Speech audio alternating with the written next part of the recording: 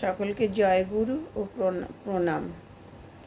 পরম দয়াল শ্রী শ্রী ঠাকুর অনুকূল চন্দ্রের রাঙা রাতুল চরণে আমার শত সহস্র কোটি প্রণাম।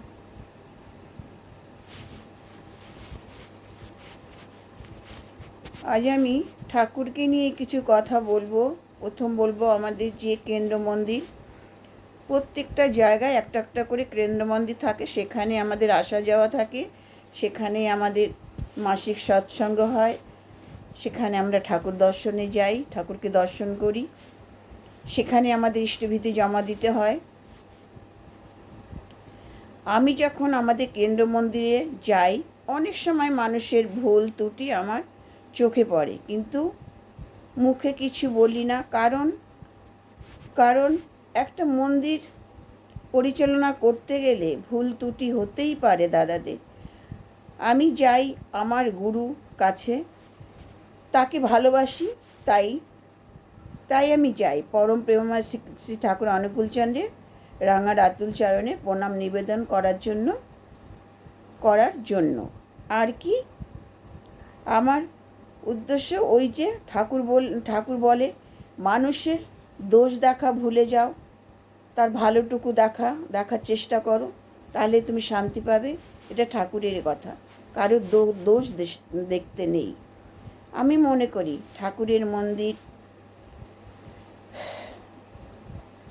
ঠাকুরের মন্দিরে বসে যদি কেউ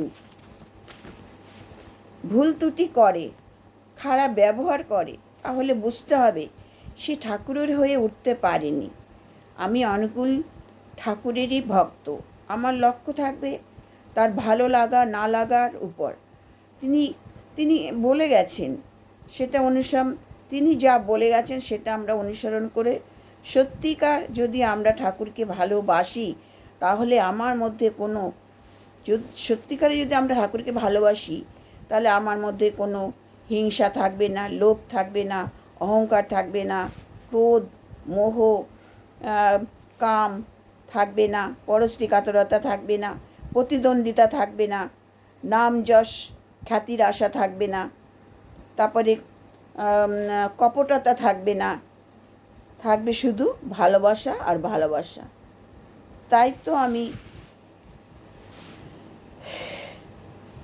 তাহলে আমি একটু হলেও ঠাকুরের হয়ে উঠতে পারবো। এই ঠাকুর হলো একটা সমুদ্রের মতন, তার এক বিন্দু জলও যদি হয়ে উঠতে পারি, তবে নিজেকে অনেক ভাগ্যবান মনে করব। ঠাকুরের পায়ে একটু যদি আশ্রয় করে নিতে পারি আমরা, এটাই থাকবে আমাদের চিন্তা ভাবনা। আর বলবো, আমার ঠাকুরের উপর কেউ যদি অন্যায় করে, যাকে সৎসঙ্গ আশ্রমের উপর যদি কেউ অন্যায় করে থাকে, তবে সে শাস্তি পাবেই পাবে। আমার ঠাকুরকে ছাড়া কাউকে চেনা, ঠাকুরকে ছাড়া আমি ঠাকুরের ছাড়া কাউকে চিনি না। ঠাকুর আমার দয়াময়, দয়ার ভাণ্ডার তিনি। অনেক নেগেটিভ পজিটিভ কথা অনেক দাদাদের মুখে আমি শুনি, আমি প্রতিদিন সকালে আলোচনা শুনি। নেগেটিভ পজিটিভ কথাও অনেক শুনতে পাই। ঠাকুর যখন ওপার বাংলায় থাকাকালীন ঠাকুরের অনেক সমালোচনা বা ঠাকুরকে নিয়ে অনেক কথা কানে আসে। ঠাকুর অনেক কষ্ট বা পরিশ্রম করে তার কাছের মানুষদের নিয়ে প্রথম বাংলাদেশে হিমায়তপুরে সৎসঙ্গ আশ্রম প্রতিষ্ঠা করেছেন। রাত দিন 24 ঘন্টা পরিশ্রম করেছেন মানুষের জন্য, আশ্রমের জন্য, বিভিন্ন প্রতিষ্ঠান গড়ে তুলেছেন শুধু মাত্র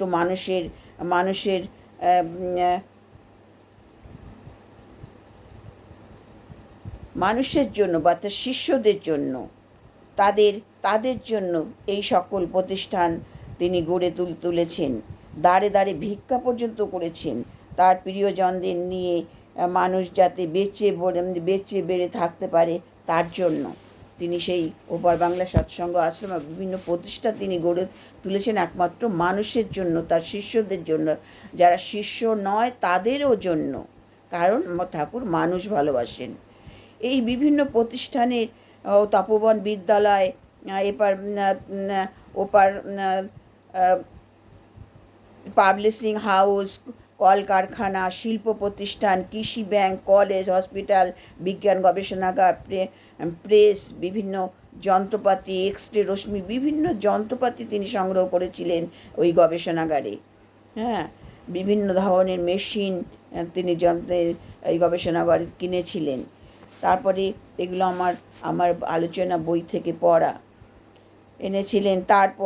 তারপর আমাদের ইন্ডিয়া ঝাড়খণ্ডেও এসে তিনি পৌর বয়সে আবার নতুন করে সব গড়ে তুলেছিলেন, তার সঙ্গী সাথীদের নিয়ে, প্রিয় শিষ্যদের নিয়ে, তার ভক্তবৃন্দকে নিয়ে। ভক্তবৃন্দ তাকে সাহায্য না করলে তিনি এত বড় প্রতিষ্ঠান গড়ে তুলতে পারতেন না। তাদের এই শিষ্য বা ভক্তদের অবদান প্রচুর। হ্যাঁ, তাদের অবদান বলে শেষ করা যাবে না। তাহলে ঠাকুরের যে প্রিয় মানুষগুলো তারা ঠাকুরকে সহযোগিতা করেছিলেন, তার কাছের মানুষগুলো। বিশেষ শিষ্যদের মধ্যে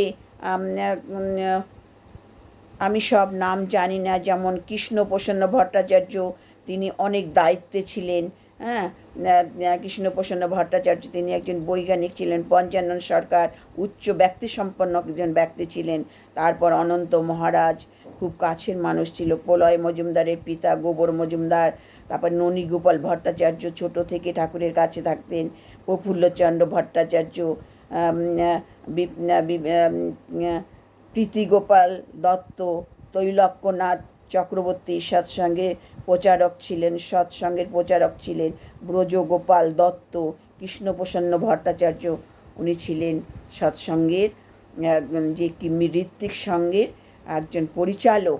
হ্যাঁ, এই ঋত্বিক সঙ্গ তার হাতেই ঠাকুর অর্পণ করেছিলেন কৃষ্ণপ্রসন্ন ভট্টাচার্যের উপর। তিনি ঋত্বিক দাদাদের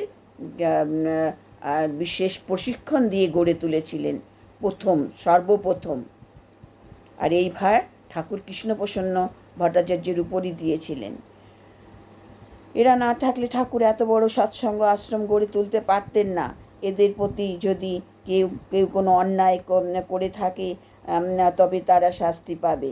ঠাকুরকে যদি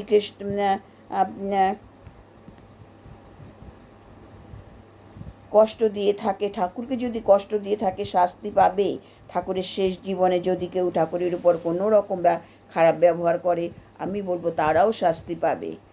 আমি এটা বলবো যে আজও কিন্তু সেই ঠাকুরের বাণী, ঠাকুরের নিয়ম, ঠাকুরের বিধান, ঠাকুরের নিয়ম কানুন, ঠাকুরের বিধি মেনে সব হচ্ছে।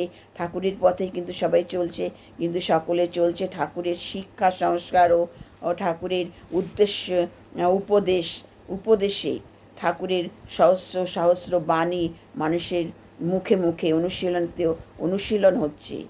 ঠাকুরের দেওয়া বীজ নাম, ঠাকুরের সকল রকম বিধি বিধান তিনি মেনে, প্রত্যেকে বিধি বিধান মেনেই চলছে। যা কিছু হচ্ছে তার ইচ্ছার তিনি উপর থেকে আশীর্বাদ করছেন, তাই আমরা চলছি।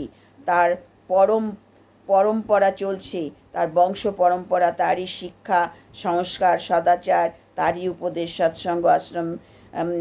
সৎসঙ্গ আশ্রম এগিয়ে চলছে পরম্পরা ও বংশানুক্রমে এবং বংশ পরম্পরা অনুসারে তার সেই আশ্রম এখন এগিয়ে চলছে। তাহলে আমাদের প্রধান উদ্দেশ্য হচ্ছে ঠাকুরকেই আমরা ঈশ্বর মেনেছি, ঠাকুরকেই আমরা চিনি, ঠাকুরকেই আমরা জানি, ঠাকুর অনুকূলচন্দ্রের শিষ্য, এটাই আমাদের পরিচয়। হ্যাঁ, এই সৎসঙ্গ আশ্রমে অনেক হয়তো ভুল ত্রুটি থাকে বা অনেক রকম সমস্যাও থাকতে পারে, কিন্তু আমাদের প্রধান উদ্দেশ্য হবে আমাদের ঠাকুর কি বলে গেছেন, ঠাকুরের বাণী মেনে, ঠাকুরের নিয়ম মেনে, ঠাকুরের সদাচার মেনে, ঠাকুরের পঞ্চনীতি মেনে, ঠাকুরের উপদেশ মেনে তাই আমরা চলবো, আমরা অনুশীলন করে চলবো। প্রত্যেকেই সেভাবেই চলা উচিত। কে কি ব্যবহার করলো, কে কি করছে না করছে সেটা কিন্তু আমাদের উদ্দেশ্য নয়। আমাদের উদ্দেশ্য একমাত্র ঠাকুর। ঠাকুর কি বলে গেছেন? একটা এই এসে দুরবস্থা পড়লে ঠাকুর কি করতেন? একটা অসুবিধার মধ্যে পড়লে ঠাকুর কি করতেন? এটাই আমাদের ভাবতে হবে। ওই জায়গায় থাকলে ঠাকুর কি করতেন? এইভাবেই আমাদের চলতে হবে। আর এটা চালিয়ে নিয়ে যাচ্ছেন বর্তমান বংশ পরম্পরা, আচার্য পরম্পরার মধ্যে দিয়ে। তবে এইটুকু অন্তত জানি যে ঠাকুর অনুকূলচন্দ্রের পথে থাকলে কেউ কখনো কোনো অন্যায় করতে পারবে না, অন্যায় পথে চলতে পারবে না, বরং তার জীবন হবে সুশৃঙ্খল, নিয়ম শৃঙ্খলার মধ্যে একটা সুন্দর সুস্থ জীবনে এবং একটা সুখী জীবন জীবন জীবন পাওয়া যায়। এইটুকু আমি জানি। পরিবার নিয়ে ভালো থাকা যায়, সুখে থাকা যায়, তাকে অনুসরণ করে চললে তার তার এর জন্য তাকে ঠাকুর অনুকূলচন্দ্রকে জানতে হলে তার সমস্ত বই পড়তে হবে, তবে তাকে জানতে পারবে সবাই। আমি রীতিদাদাদের কথাও আমি বলছি না, ঠাকুরের বই পড়ুন, প্রত্যেকটা বই পড়ুন। হ্যাঁ, আমি সকালে বয়স্ক ঋত্বিক দাদাদের কথা শুনি, আলোচনা বই পড়ি, এবং ঠাকুরের অনেক বই আমার পড়া আছে। সব হয়তো বই পড়তে পারিনি আমি। ঠাকুরের যে নারী নীতি, ঠাকুরের সত্যানুসরণ বই, তারপরে চলার সাথী, হ্যাঁ, পুণ্যপুঁথি, হ্যাঁ, এগুলো আমি তারপর প্রতিদিন গীতা, ঠাকুর বলেছেন প্রতিদিন গীতার কিছু অংশ পাঠ করতে। ঠাকুর কিন্তু কখনো অস্বীকার গীতা তিনি ঠাকুর নিজে পড়তেন, নিজের কাছে রাখতেন। সমস্ত তার শিষ্যদের, তার সৎসঙ্গীদের বলেছেন গীতা পড়ার কথা। প্রত্যেকটা ধর্মগ্রন্থকে ঠাকুর পড়তে বলেছেন। সব কিছুর মধ্যে জানার আছে, সব কিছু, সব ধর্মগ্রন্থের মধ্যে মধ্যে সারমর্মটা ঈশ্বর এক, অদ্বিতীয়, সব একই, তার একই সারবস্তু কিন্তু লেখা আছে। তাই ঠাকুর বলতেন প্রত্যেকটা ধর্মগ্রন্থ পড়া উচিত।